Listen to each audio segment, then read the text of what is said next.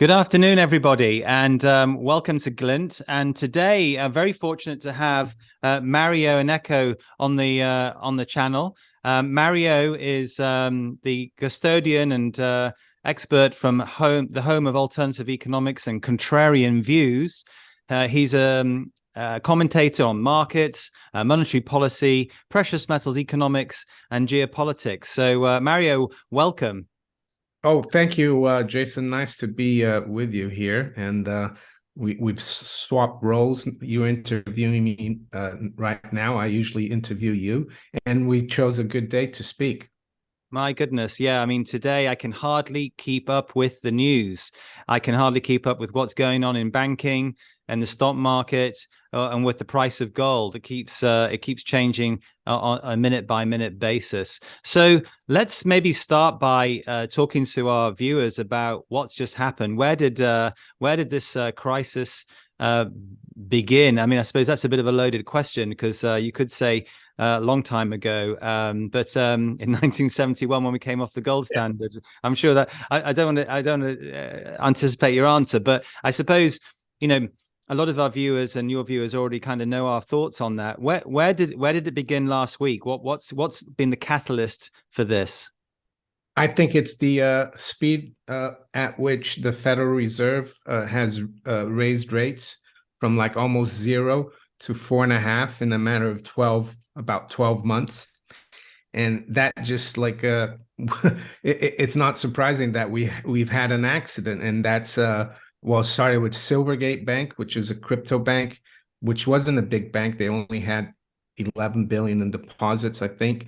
But then last week, of course, Silicon Valley Bank went bust. And yeah. And what happens is when you raise interest rates that quickly, a lot of banks that hold treasuries and mortgage-backed securities, the value of those securities go down because when in the bond market, when yields go up, prices go down. And I think a lot of depositors got cold feet. I heard Peter Thiel, he took a lot of money out a day or two before it all imploded. And the US government has had to make all the depositors above $250,000 whole, mainly because Silicon Valley Bank, I think 97% of their deposits are above 250,000. It wasn't a normal bank, a mom and pop bank. It was a bank for the big venture capitalists of Silicon Valley and the tech community. So that's what they've done. They saved the deposit. They let the bank fail. And here in the UK as well, SBV UK, they were bankers to loads of fintechs. I think they even wrote a letter. A lot of these startups, 200 of them, and the government helped engineer a bailout, not a bailout, but a takeover by HSBC of that bank. And now today we've got Credit Suisse, which has been in trouble for a while. That's down 20%. I've seen that they've asked the Swiss National Bank for support. I'm not sure they're going to get it. So we saw President Biden the other day saying everything's fine, your deposits are fine, the banking sector is okay and it's liquid. And Sunak said the same thing, I think, yesterday. And you always have to be a bit worried when politicians say that. So I think this banking crisis that basically started with SVB, and the trigger, I would say, was the Federal Reserve, of course, catching up. They let inflation run too hot without doing anything. It could spread, and contagion and faith and confidence can be lost very quickly, especially in the fiat currency world. Yeah, I mean, Moody's, the ratings agency, they've re-rated the US banking sector from stable to negative. So there's a bunch of analysts there coming out and saying that. I suppose really to understand the issue, you kind of need to understand banks themselves. And actually, I'm always really surprised at how few people understand how banks work. The phrase, "Oh, I'll bank that." It's kind of a bit like, that I've just put that somewhere secure. I'll take my money out of my risk situation. I'll bank it. If I'm a gambler, I'll bank the winnings. If I've invested in the stock market and done well, I'll bank that. But actually, the banks aren't quite as maybe stable or secure fundamentally that as certainly as people might think or wish. Is that not right? Yeah, definitely. When you put a pound in the bank, nowadays they'll lend out most of it. I think in the UK there is a 2% reserve requirement ratio, so they will lend out 98p. So you actually the banks don't keep all your money in the vault; they lend it out, and they've been told by regulators to put it into government bonds and mortgage-backed securities in the US. Here, they probably put it in gilts. And you've seen how volatile even the bond markets have been, treasuries and gilts. Look at gilts last year in October, September. There was a meltdown. And right now, I think the US Treasury market, for example, yields have gone up 30 basis points in one day, come down 50 the next day, up 20. It's trading like really like a third world country government bond market, not like the most important bond market for the major reserve currency of the world. So yeah, banks, yeah, they don't keep all your money in the account. I mean, it's not there to be, when it comes to be withdrawn. If more than 10 out of 100 people want it, there isn't enough to go around. So they have to try and sell these investments or loans that they've been making in order to create a yield or a profit for the bank. And we've all seen in the past how the profits that some of these banks can make. That's what they're driven to do. They're optimized. Their whole businesses must be optimized for profit taking and making. And of course, this is where we end up in trouble, because when a lot of people start withdrawing their money, they need to start selling these things. And if they're selling them at a loss, then of course the bank itself starts to get in trouble. People worry about that. People start withdrawing their money. It's a confidence trick, really, isn't it? I mean, yeah, that's it. I mean, I think one of the first big banks that was created in Amsterdam, in the 1600s, it used to be just a deposit bank. You used to go there and put your silver or gold. And they used to keep it there and charge you a fee. But then they started lending it out, and from there, greed always takes over. And fractional reserve lending, that's what they do. It's akin to you going to a restaurant in the winter and leaving your coat at the entrance, and they give you a ticket. And while you're having dinner, they lend your coat for 10 pounds to someone to wear it. And they don't come back. You go with your ticket and someone's taken your coat.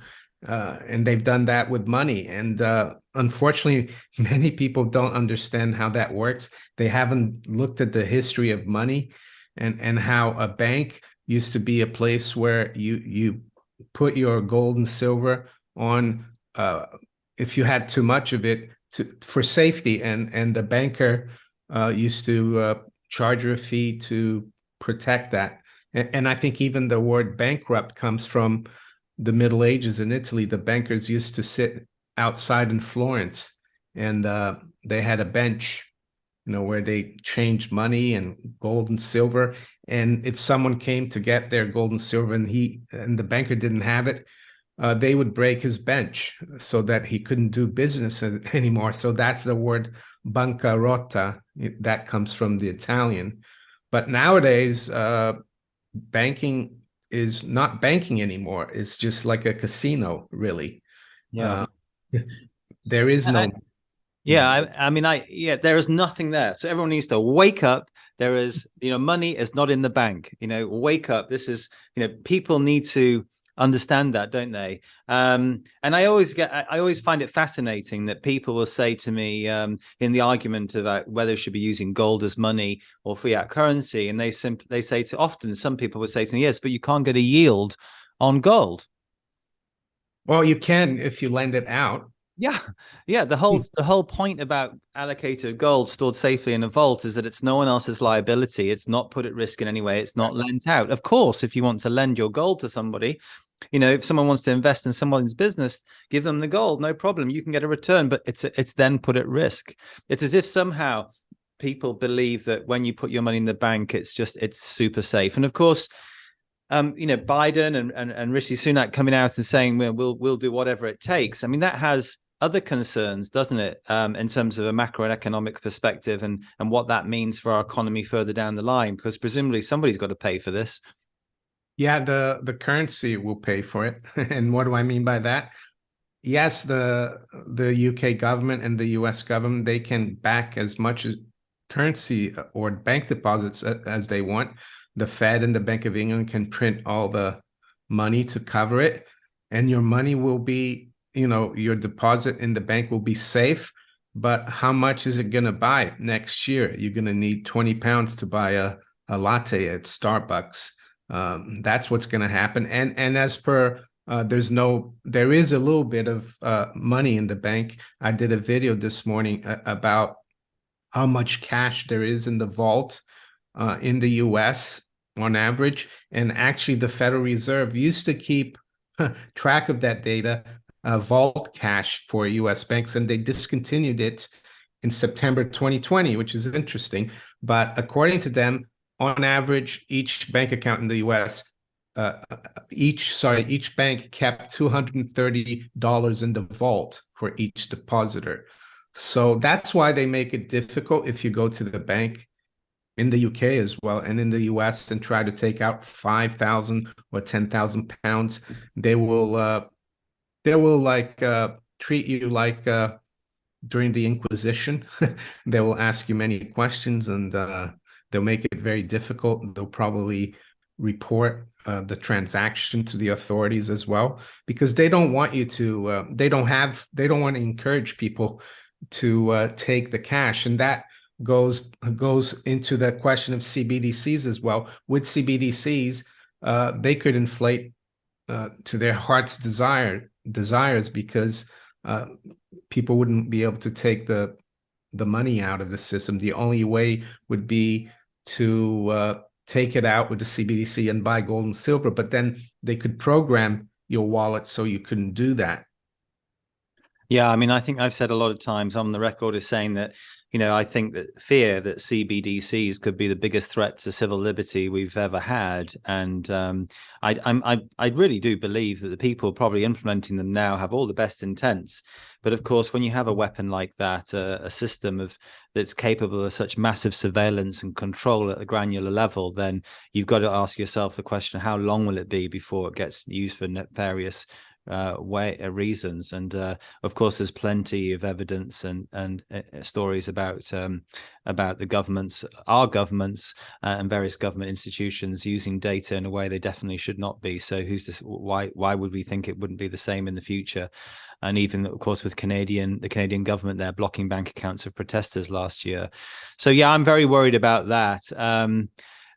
I mean, do you think that the all these pressures on banks, businesses, and people and individuals and families, these pressures that are coming about because of this massive change in direction when it comes to raising interest rates, this kind of huge pivot from massive money printing to massive quantitative tightening, do you think that that's going to make the Fed pause its rate hikes? People have been talking about this for a while. What's your views on it, and especially considering the the incidents over the last week?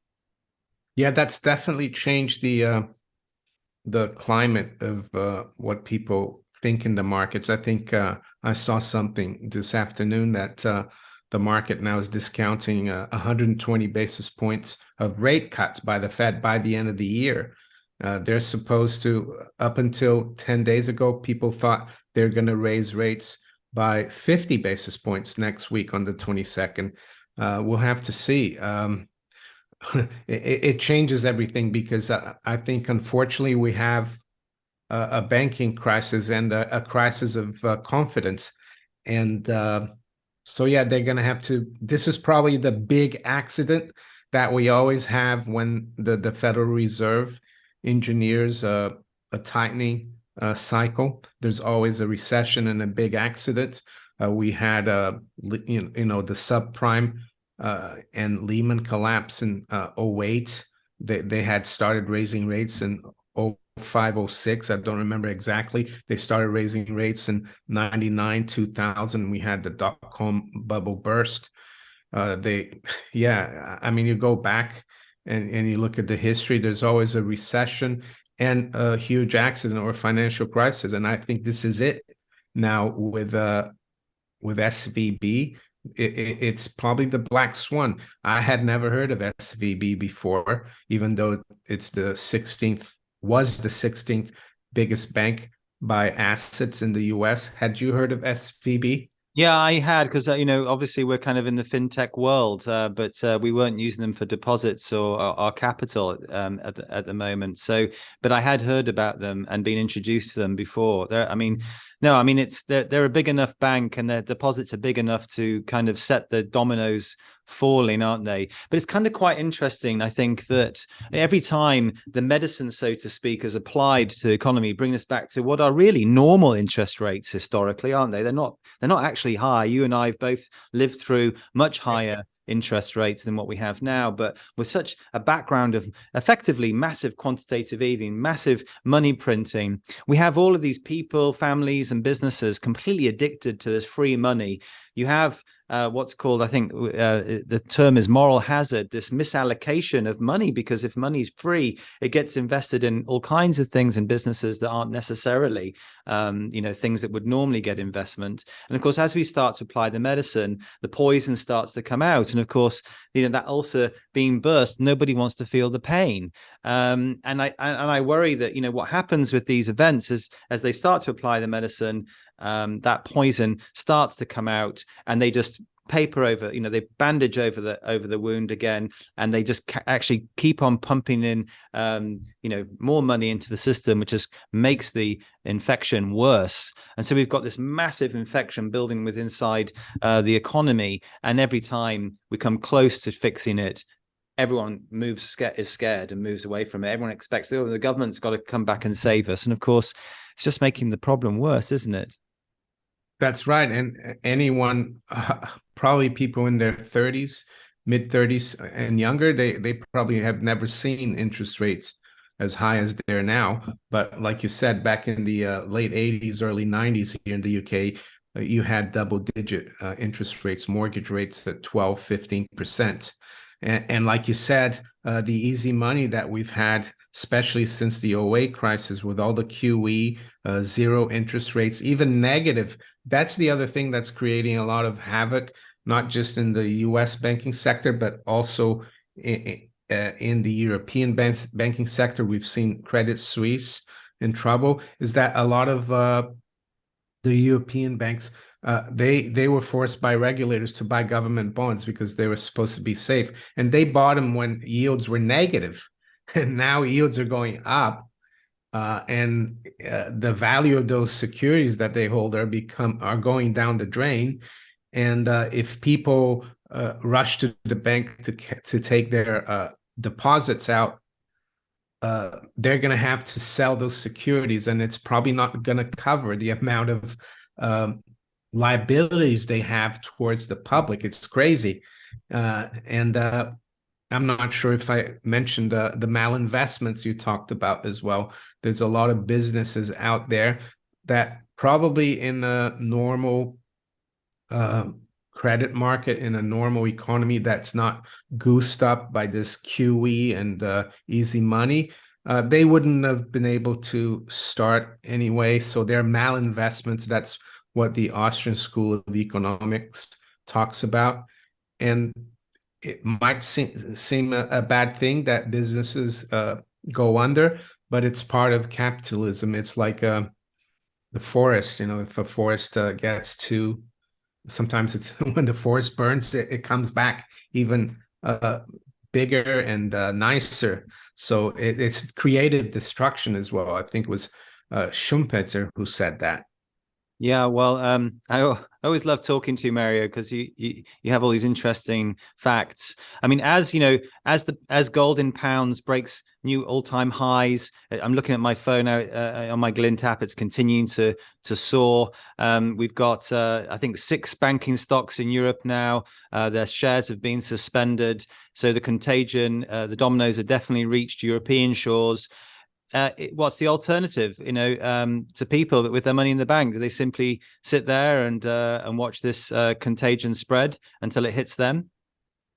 Well, I guess here in the UK we have an insurance of 85,000 per individual. So if you have a joint account with your partner, it's 170,000.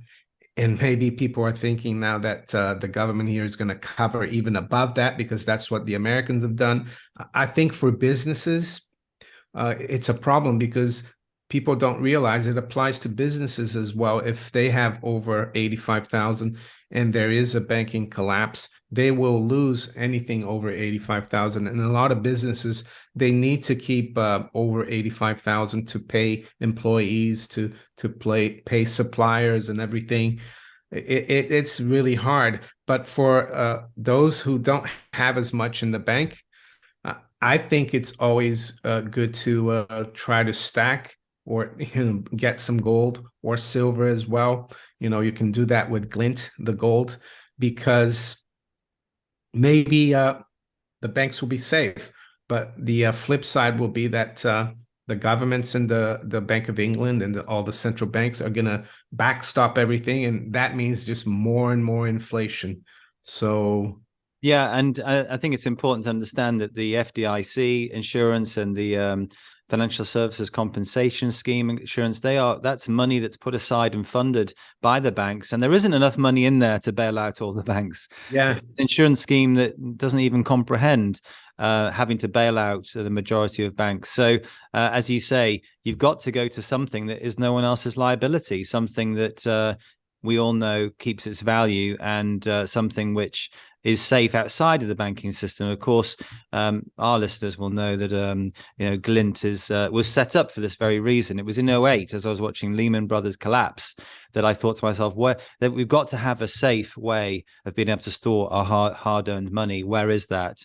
And we've got to have a form of money as well that doesn't depreciate in the long term through inflation. Of course, gold's the answer to that, and that's why I set up Glint and built the technology to enable you to use it in everyday payments. So for those people listening who don't know, Glint is the first company in the world to enable you to use gold as everyday money with the Glint app and Glint MasterCard. And your gold, of course, is 100% yours. It's allocated. It's not lent out. Therefore, it's all available as well to you. If you want to sell it, withdraw it, it's all 100% available to you. We can't have the kind of problems with bank runs that the banks have. So yeah, gold is security, as we both know. We say Glint, it's key. And I would always recommend people putting themselves on their own personal banking standard. Gold standard. Oh my God, I can't Be believe I your own, said that. be your own central bank. Yeah. So listen, Mario, it's been fascinating talking to you. I can tell everybody listening to this that I do listen to Mario's videos nearly on a daily basis. He's got some fascinating things to say. He's a great commentator on current events as they're emerging. How do people actually get to listen to your content, Mario? Yes, I post a video on YouTube basically every day around 10 a.m. London time. My YouTube channel is Innecco 64. And yeah, and I'm on Twitter as well. If you want to follow me, at Innecco 1964 is the handle there. Great. Well, thank you very much. It's good to speak to you, Mario. You're welcome, and it was great to speak. We'll carry on talking to you as this crisis unfolds. Sure. Bye.